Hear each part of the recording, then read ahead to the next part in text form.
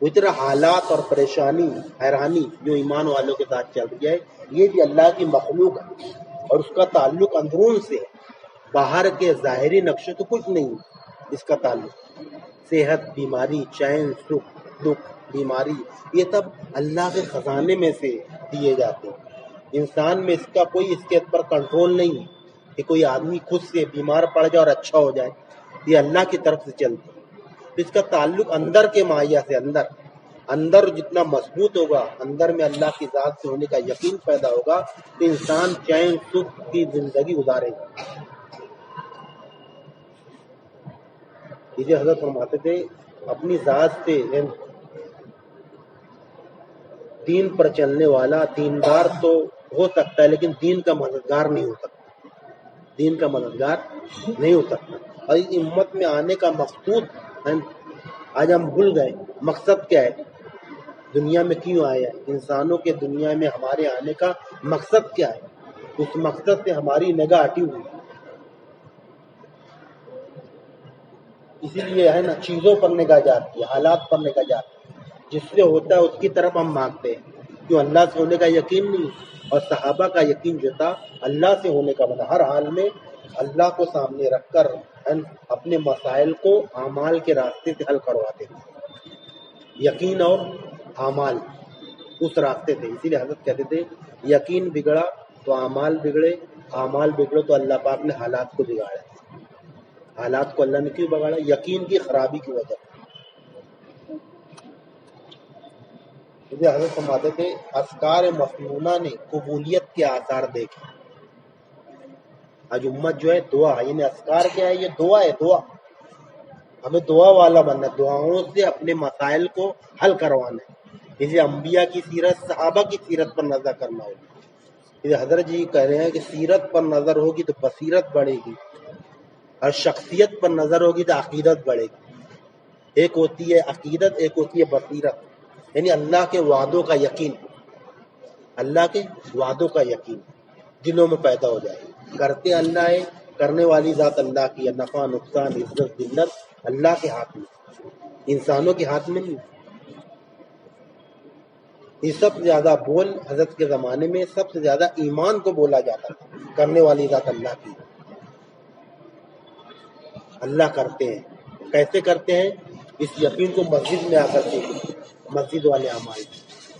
یہ حضرت فرماتے تھے اللہ پاک نے اپنے نبی کے ذریعے سے اپنے امتی کو، ہر امتی کو مسجد والا بنایا تھا۔ مسجد سے ان کی ضرورتیں پوری ہوتی تھیں۔ یہ مسجد میں آتے تھے، دیندار بنتے تھے، نمازی بنتے تھے، ذاکر بنتے تھے، دائی بنتے تھے، پھر اس نقشے میں رہ کر اس لائن کا جو شعبے میں رہتے تھے اس لائن کا دین سیکھ کر پھر اس شعبے میں ویسی زندگی گزارتے تھے۔ حضرت عمر رضی اللہ تعالیٰ عنہ کے زمانے میں دعوت کی محنت سے وہ نقشہ قائم ہوا تھا کہ بازار بھی درسگاہ بن گئے تھے۔ کیا بن گئے تھے؟ درسگاہ، بازار بھی۔ ایسا رواج، ایسی محنت ہوئی تھی کہ بازار بھی درسگاہ بن گیا۔ کوئی اس لائن کا کبھی کوئی تجارت کے لیے آتا تھا، پوچھتے تھے آپ اس لائن کا دین سیکھو، پہلے جاؤ مسجد سے سیکھ کر۔ اسی لیے مساجد کو ہے نا آبادی، مسجد کی آبادی پر زور دیا گیا۔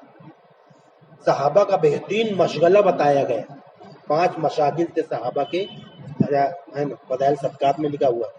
تو پہلا مشغلہ ایک لکھا ہے کہ مسجدوں کو آباد کرنا، مسجد کو آباد کرنا، ایمان سے اور اعمال سے، آخرت کے تذکرے سے اس کو آباد کرنا۔ کہ مسجد نبی میں یہ چیزیں ہوتی تھی، مسجدوں کو آباد کرنا، 24 گھنٹہ مسجدیں آباد رہتی تھی۔ ایمان یقین کی بنیاد پر اپنے فارغ وقت کو ہے نا مسجد میں دینا۔ مجاہدہ یہ نہیں ہے کہ آدمی 24 گھنٹے، بلکہ مجاہدہ یہ ہے کہ آدمی جو مشغولی میں لگا ہوا ہے 8 گھنٹے 6 گھنٹے پر آ جائے اور بقیہ وقت تو اپنے مساجد میں دے، مسجد میں۔ مسجد کی آبادی پر اللہ کی طرف سے 5 بڑے بڑے انعامات ہیں، 5 بڑے انعامات اللہ کے نبی صلی اللہ علیہ وسلم نے فرمایا، جس کا خلاصہ مفہوم ہے کہ مسجد کو جب آباد کریں گے ہم تو اللہ پاک جو ہے سب سے پہلا انعام یہ دیں گے، اللہ پاک ہم کو راحت دیں گے، اللہ ہم سے راضی رہیں گے اور اللہ کی رحمت ہماری طرف متوجہ رہے گی۔ 3 باتیں دنیا ہی میں اللہ دیں، 2 بات مرنے کے بعد، پھر صراط پر سے آسانی سے گزار دیں گے اور جنت میں داخل کریں گے۔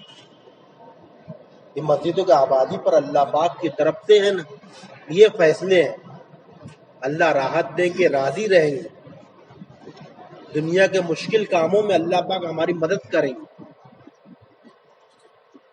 اس کا تو اللہ کے راستے کا جہد ہے، قربانی، اللہ کے راستے میں نکل کر محنت کرنا، اس یقین کو بنانا کہ مسجد والے اعمال میں اپنے اوقات کو گزارنا، یقین کی بنیاد 24 گھنٹہ اللہ کے راستے میں 4 مہینہ چلا لگا کر آ کر اپنی مسجدوں کو آبادی کی محنت میں لگانا۔ اس لیے حدیث میں آتا جس کا خلاصہ اور مفہوم ہے، 3 اعمال جو کر لیتا اللہ پاک 3 طرح کی ذمہ داری لے لیتے۔ منتخب حدیث میں حدیث ہے یہ، 3 اعمال جو بندہ کر لے گا اللہ پاک 3 چیزوں کی ذمہ داری لے لیتے۔ پہلا عمل بتایا جو اپنے گھر میں داخل ہو تو سلام کرے، دوسرے مسجد میں جائے، تیسرے اللہ کے راستے میں نکلے۔ تو جب تک کہ یہ زندہ رہے گا اس کو روزی دی جائے گی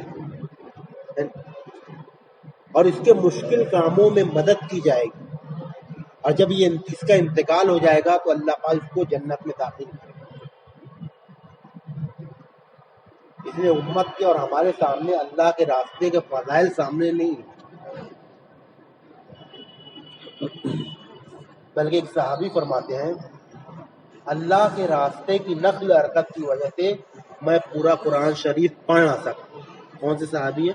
سیف اللہ ہے نا، خالد بن ولید ہے نا، حضرت خالد رضی اللہ تعالیٰ عنہ، حضرت کے بیانات میں بھی ہے اور حیات الصحابہ میں بھی ان کا ذکر ہے۔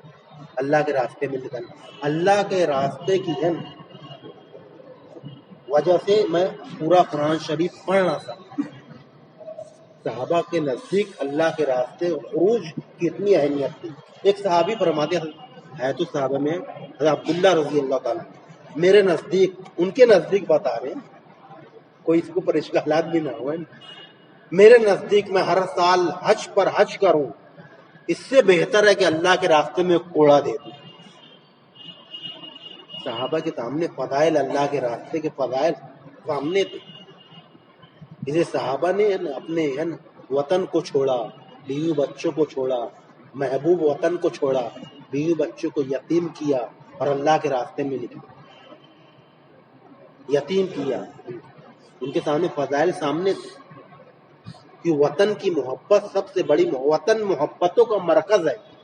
کیا ہے؟ ہاں، وطن سے جتنی آدمی کو محبت رہتی ہے وہ اس کی کیفیت اس کے دل میں ہی سمجھ میں آتی ہے، اس کو ہی سمجھ میں آتی ہے، اس کی حلاوت اور اس کی کیفیت وہی جانتا ہے جو جہاں وطن میں جہاں پیدا ہوا ہے اس کی محبت آخر تک کے نکلتی نہیں۔ تو وطن جو ہے محبتوں کا مرکز ہے، اس کو چھوڑنا بہت بڑی قربانی ہے۔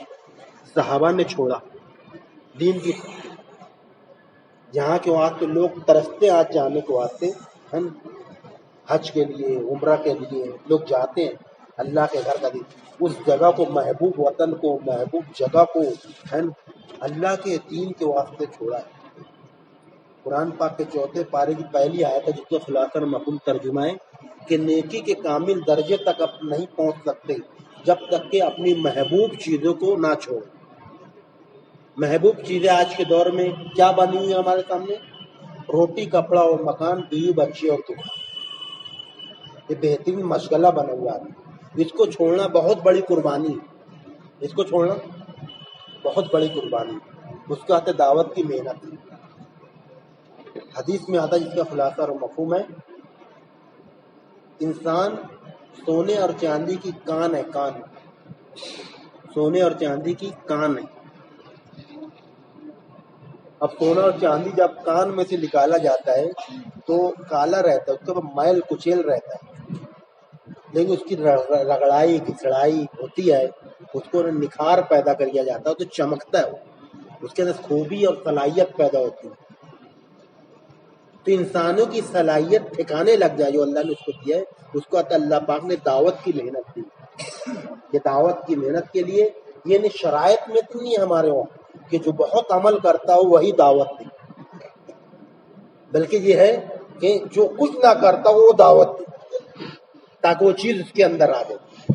حضرت مولانا اشرف علی تھانوی رحمۃ اللہ فرماتے ہیں کہ جو چیز میں اپنے اندر پیدا کرنا چاہتا ہوں اس کو خوب بولتا ہوں وہ چیز میرے اندر پیدا ہو جاتی ہے۔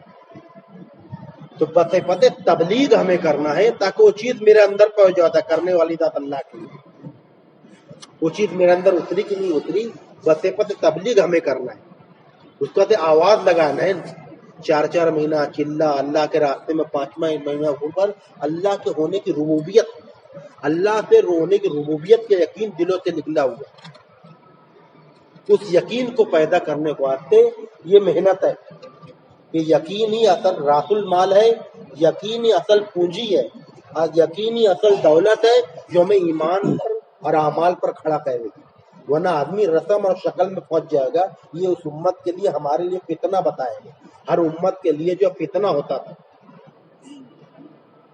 اس امت کا فتنہ جو رسم اور رواج ہے کہ رسم اور رواج میں کر لوگ اپنے آباء و اجداد کے طریقے پر قائم رہ کر اصل دین کو چھوڑ دیتے ہیں، رواجی طریقے کو اپنا کر آپ صلی اللہ علیہ وسلم کے طریقے کو، سنت کو آدمی ضائع کر دیتا ہے۔ اور ہماری محنت کا خلاصہ احیاء سنت ہے، سنتوں کو زندہ کرنا، شریعت اور سنت ہے یہ زندگی میں آ جائے، اس کی ساری محنت شریعت کو رواج دینا ہے، اور سنت کا بہت بڑا مجاہدہ ہے۔ جو شریعت جو ہے طبیعت پر باری ہے، سنت جو ہے معاشرت پر باری ہے۔ سنت کا ہے پر معاشرے پہ چلیں گے پھریں گے تو بہت بھاری بعمل سمجھ میں آتا ہے۔ سنت ایک گرہ گزرتی ہے، گرہ سارے مجاہدات کرنے والے مجاہدات کر لیے، لیکن سنت ایسا مجاہدہ ہے نا، اس مجاہدے کو پار کر کر ہی آدمی اللہ تک پہنچ سکتا ہے، اللہ سے قریب ہو سکتا ہے، اللہ کا محبوب بن سکتا ہے۔ اس لیے اللہ پاک نے سنت میں تاثیر رکھی، بہت بڑے بڑے فائدے ہیں سنتوں پر، وہ یقین کی بنیاد پر آدمی چلے۔ وقتی طور پر آدمی جو ہے نا رواج اور رسم کے چکر میں پڑ کر سنتوں سے محروم ہو جائے، خود بھی ہو۔ بلکہ ایک حدیث بیان کی تھی حضرت مولانا صاحب رحمۃ اللہ، خلاصہ و مفہوم ہے، اس حدیث کے حوالے سے ایک نکاح کی مجلس میں بات کی تھی کہ جن شادیوں میں حضور صلی اللہ علیہ وسلم کی سنتوں کو پامال کیا جاتا ہے وہ 7 پشتوں سے یا 7 نسلوں سے اللہ پاک ہدایت کو سلب کر لیتے ہیں۔ یہ سنتوں کو چھوڑنا ہے نا، یہ ہلکا سمجھنا جو ہے ہماری نسلوں کے، ہماری پشتوں سے ہدایت کو سلب ہونے کا ذریعہ بنے۔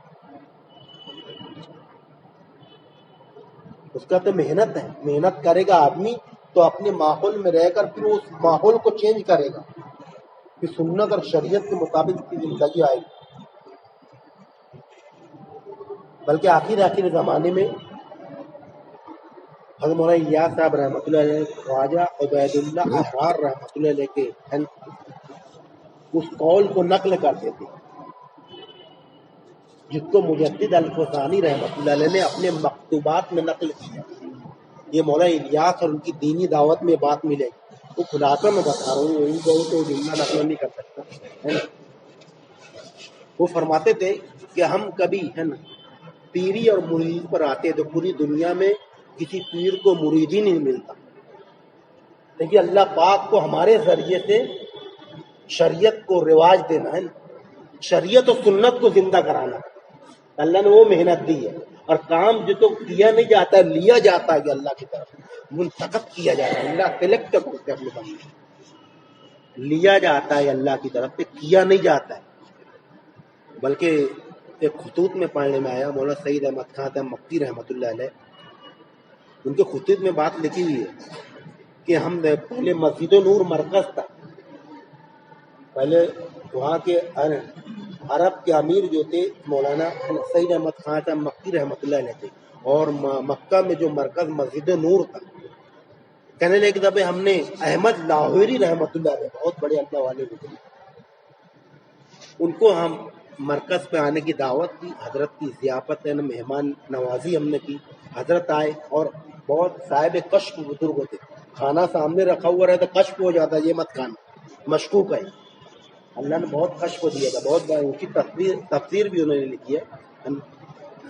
تو ہم نے ان کو مدعو کیا، وہ آئے مرکز پر اور کھانا کھائے، تو کھاتے کھاتے کہنے لگے ہم سے احمد لاہوری رحمۃ اللہ علیہ کہ ہم نے بھی ہے نا کیا کہ ہم نے بھی مولانا الیاس صاحب رحمۃ اللہ علیہ کے طریقے پر یہ دین کی محنت کی تھی، لوگوں کو جا کر دین کی دعوت دیتے تھے، نماز کی دعوت دیتے تھے، لیکن اللہ پاک نے ہم سے وہ کام نہ لیا جو مولانا الیاس صاحب رحمۃ اللہ علیہ سے لیا وہ کام۔ تو اللہ کی طرف سے کام لیا جاتا ہے، کیا نہیں جاتا، اللہ لیتے ہیں، سلیکٹ کرتے ہیں۔ تو میں قبول ہو جاؤں، میں ذریعہ بن جاؤں، اللہ مجھے استعمال کر لے، اللہ کا لایا ہوا دن ہر کچے پکے گھر میں پہنچ کر لگے تو بشارت ہے، دیکھو اس کچے پکے گھر میں ہم استعمال ہو جائے، بیچ میں اللہ مجھ کو استعمال کرے، یوز کر لے۔ حضرت مولانا انعام اللہ صلی اللہ علیہ وسلم فرماتے ہیں نا، جو بیٹا ہے نا، ایک باپ کے 3-4 بیٹے رہتے ہیں، جو باپ کی نگاہ میں چڑھا ہوا رہتا ہے اس کے ہاتھ میں ساری پونجی باپ دے دیتا ہے، لے تو کاروبار سنبھال، لے تو یہ تاج تیری ذمہ داری ہے، سب کو لے کے چل۔ مجھے حضرت کہتے تھے اسی طرح اللہ کی نظر میں ہم چڑھے ہوئے بندے بنے، جب چڑھے ہوئے بنیں گے تو اللہ پھر ہے نا انبیاء والے کام پر، نبیوں والے کام پر، وہ کام ہم سے اللہ پاک ہم کو استعمال کر کے لے لیں گے۔ اس کہتے یہ 4 مہینہ 5 مہینہ اندرون کی محنت، باہر کی محنت ہے، اس یقین کی بنیاد پر اللہ کی نظر میں ہم چڑھے ہوئے بندے بنے۔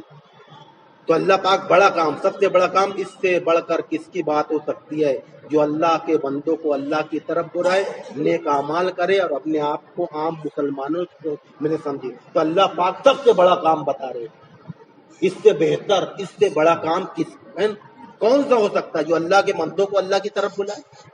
تو اللہ اس کام پر ہمیں لگا دیں گے، اللہ کام لیں گے، اللہ کام لیں گے۔ اس کے واسطے جس کا ہے نا اندرون میں ہے نا 3 دفعے 3 چلہ قوائف ہے نا بڑھ گئے ہیں، 3 دفعے 4 مہینہ لگا ہوا، وہ اپنے نام کا اظہار کرے 5 مہینے کے لیے۔ یہ ترتیب جیسے جیسے حضرت مولانا یوسف صاحب رحمۃ اللہ فرماتے تھے، امت کے اندر قربانی کی سطح بڑھتی چلی جائے گی، اس کو آگے کا سبق دیا جائے گا۔ کیا دیا جائے گا؟ تو پہلی میں آدمی آیا تو دوسری کا سبق دیا جائے گا نا، اس کو پاس ہو جائے گا، پھر دوسرا سبق، تیسرا سبق۔ تم بولے میں پہلی میں رہوں، آدم الف باتا یہی پڑھتا رہوں 10ویں تک کے اور 12ویں تک کے پوری زندگی اس میں ختم کر، آگے کا سبق نہیں ملے، ترقی کہاں سے ہو؟